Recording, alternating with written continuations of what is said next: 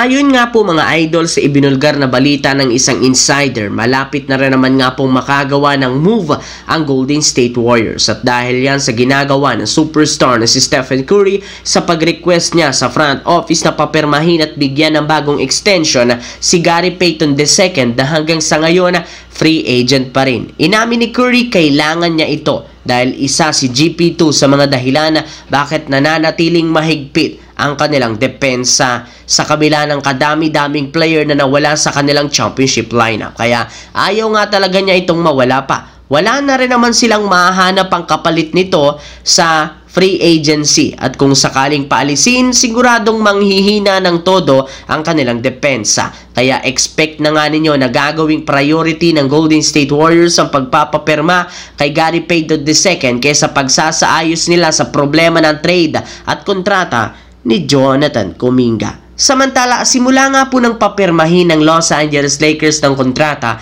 si Luka Doncic, naghahanap nga agad ang front office ng makakatulong sa kanilang superstar. Kaya hindi na nakakagulat bakit bumubuo na sila ngayon ng mga bagong kontrata na pwedeng i-offer sa mga players na balak nilang panatilihin. At base sa source, meron na nga pong nakahandang kontrata kay Austin Reeves, gayong naniniwala sila ito ang pinaka-best fit na pwedeng maging katandem ni Luka Doncic. Ngunit kung meron man nga pong mananatili, meron rin namang tatanggalin. Dahil ayon sa isang insider, daw pwede nang bigyan ng extension si Rui Hachimura, ayaw pa rin naman nila itong gawin. Sa ngayon, priority nilang panatilihin si Austin Reeves kesa kay Hachimura na kasalukuyang questionable ang future sa Los Angeles Lakers dahil sa ginawang desisyon ng front office kay Luka Doncic, LeBron James at Austin Reeves. Sa kabilang banda naman, kahit nga limitado ang playing time ni Nikola Jokic sa ginagawang exhibition games ng Serbia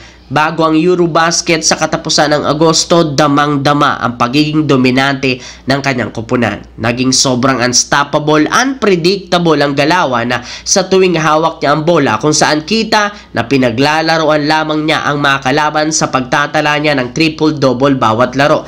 Bukod dyan, nahuli rin naman sa camera ang unti-unting pag-improve ng athleticism ni Jokic. Sa ginawang warm-up nga ng Serbia, nang nakaraang game, gumawa ito ng reverse dunk na siyang ikinagulat ng mga fans. Hindi nga nila akalain na magagawa ito ni Jokic, gayong panay layup lamang, floater at soft touches lamang ang ginagawa nito. Isang patunay na hindi hadlang ang kanyang ginagawa ngayong off-season sa pag-inom para mag-dominate muli sa loob ng game at mag-improve ang galaw, lalo ang kanyang athleticism.